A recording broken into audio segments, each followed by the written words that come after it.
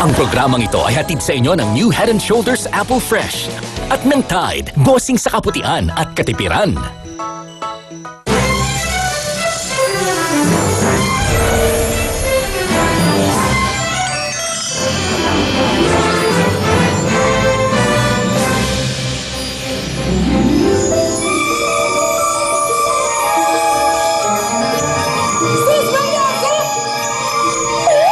Ning?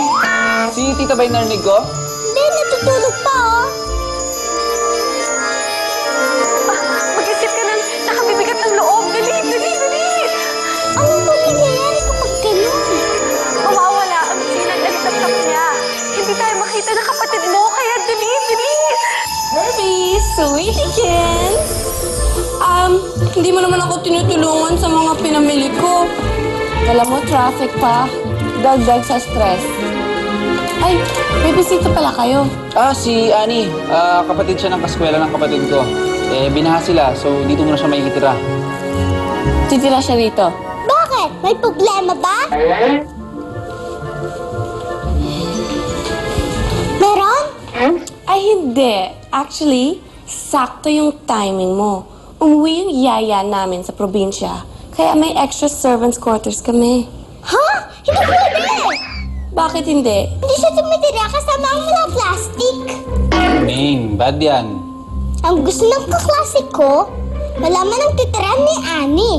Mahirap na. Alam mo na, baka kung ang nangyari sa kanya. Sa bagay, kung kay Ning pinagkatiwala ang responsibilidad, wala nga namang ipasa namin. Whatever you say, Herbie. Benge! Lamok! Benge! Lamok, tsaka Benge.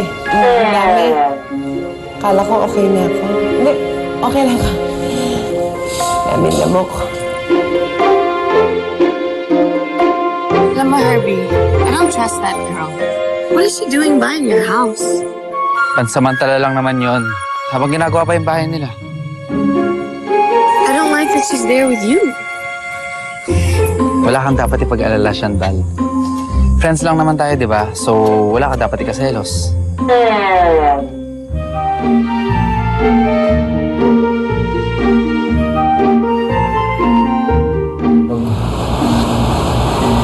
Honey, dito ka na sa kwarto ko matulog. Ako, sa sofa na lang ako matutulog. Ha? Nakakahiya naman. Hindi, okay lang, okay lang. Mas komportable ka dito eh. Mas okay sa akin yun. Okay lang ako dun. Sige, dito na lang ako matutulog. Sige labas na ako para makatulog na kayo.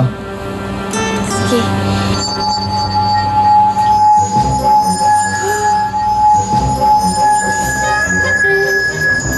Good night. Kuya! I'm sure pupunta si Annie. Bukas na tayo mag-usap. Annie, hindi ka pwede magbako. Hanggang makain tayo ng paraan para makauwi sa inyo. Kailangan bigyan naman pag-low mo para lalo na kapag nasa harap ka na kuya. Para manatiling nakatago ang pagka-tap-tap ni Enilda, kailangan manatili din siyang malungkot. Tama! Pero, kung bumalik siya sa dati niyang anyo at makauwi na din sa amin, kailangan gumaan ang loob niya. Tama! Ang problema, paano gagaan ang loob ko kung palagi na lang ako malungkot? Problema nga.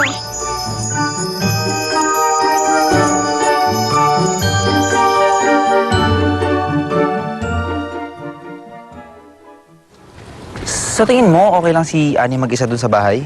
Oo naman, mas gusto nga niya konti lang tao kasi gusto niya mag-isa lang.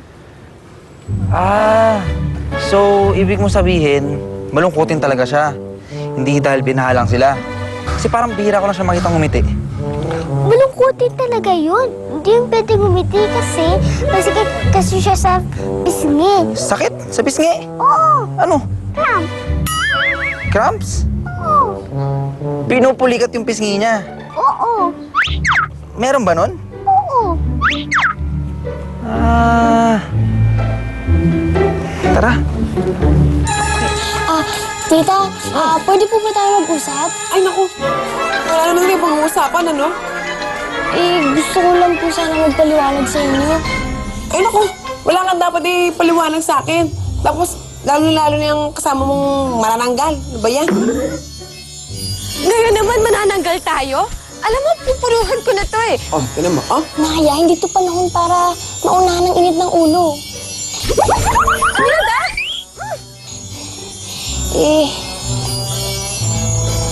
Tita, napadpad lang po ako dito dahil sa katigasan ng ulo ko.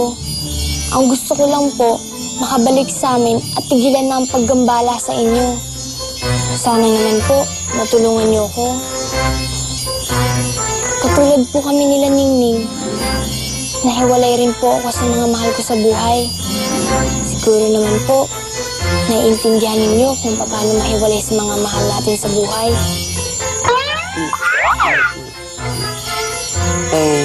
nanay kayong dalawa? Opo naman. At saka gusto ko na po makabalik sa kanya nang walang nasasaktan o napeperwisyo. Matutulungan niyo po ba ako? Sige.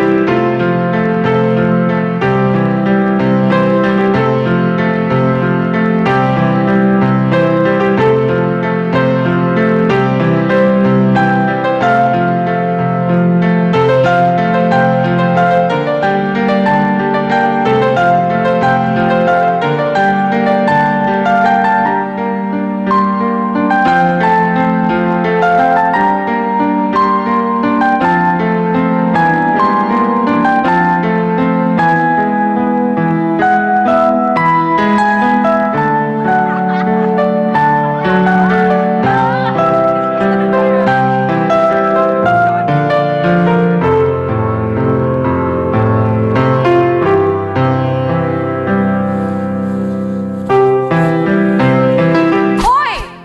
Anong ginagawa mo dyan?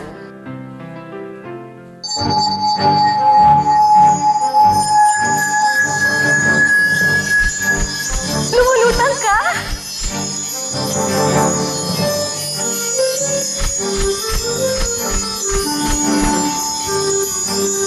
Lumulutang ako? Sus, Mariosa, ano ba nangyayari dito? Gumagaan na ang loob ni Aninda. Kaya kailangan gulapin niyo ako, ganon? Kapag gumaang ang loob ko, babalik na yung pakpak ko. Tapos, makakauwi na ako sa amin. Sige pa, dali. Pag-aangin mo yung loob mo, bilisan mo, dali. Ayun, ibaon mo na yung mukha mo sa una. Dali! Kailangan patayin niya yung sarili niya para gumangin loob niya, ganon? Bakit ganon? Kanina nagawa mo. Kasi nabanggit mo na kapag binaon ko yung mukha ko dito sa unan, makakaalis na tayo dito. Tapos? Ayoko pang iwan si Ningning eh. Hoy, wag mo nga ako lokohin ah. Alam ko naman si Herbert yung ayaw mong iwan eh. O, teka. Paano naman nasama ang pangalan ng pamangkin ko sa usapang to? Sige nga, ipaliwanag niyo yan.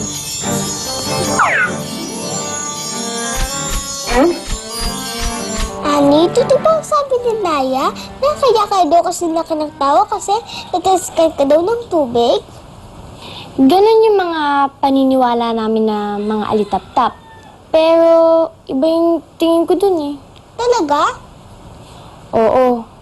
Alam mo, hindi naman yung mismong pagsaboy ng tubig sa akin yung ikinagalit ko eh. Yung ikinagalit ko talaga, yung taong gusto kong sabuyan ng tubig nung anyong alitap-tap pa ako. Sino yung gusto ko tasikan ka ng tubig? Yung kaibigan ng kuya mo, yung Chantal? Yes, sir. Good morning, sir. Good morning, ma'am. Morning. Morning po.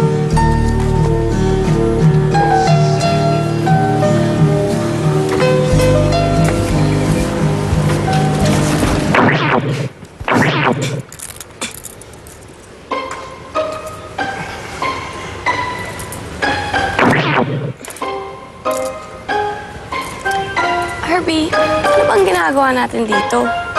Naghahanap ako ng damit. For you? I'll buy na lang for you. You know naman I have good taste. Hindi para sa akin. For me? Herbie, alam mo naman hindi ko sing ang ukay-ukay. Hindi para sa'yo. Para kay Annie. What?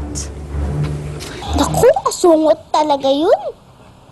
Pero, alam mo, naalala ko rin yung Kuya Herbert mo.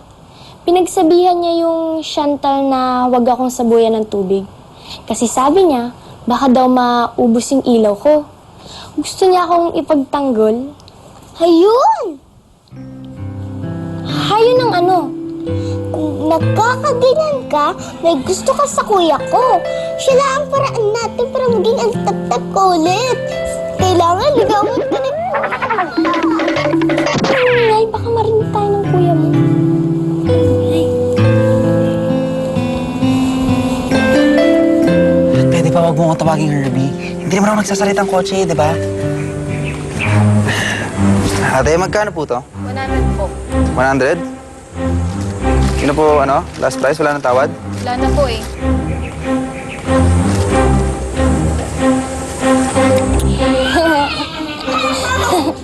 Lemon. Sige.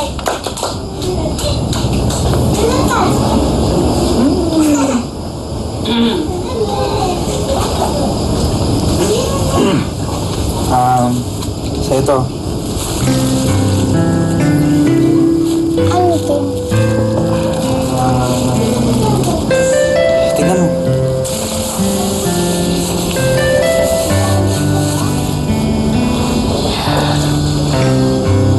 Para sa akin to? Bakit binili mo pa ako nito?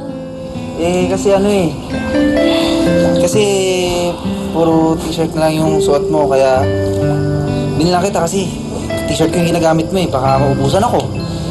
Parang naman ako. T-shirt. Saka try mo na rin. Baka bagay sa'yo. Tingin ko naman bagay sa'yo.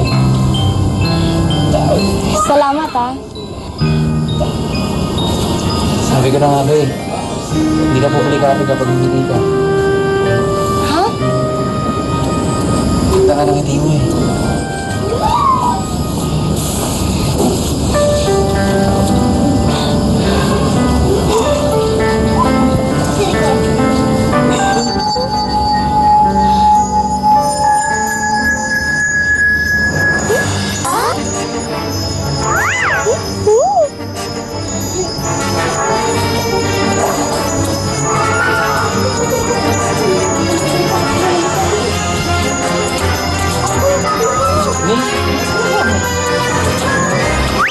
Ning! Hoy, Nick!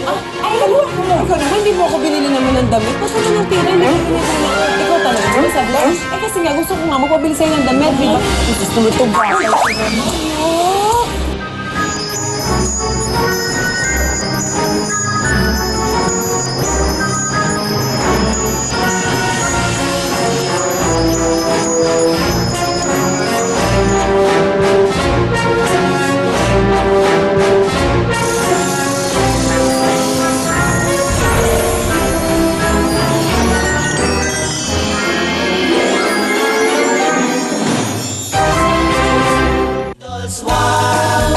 Ang programa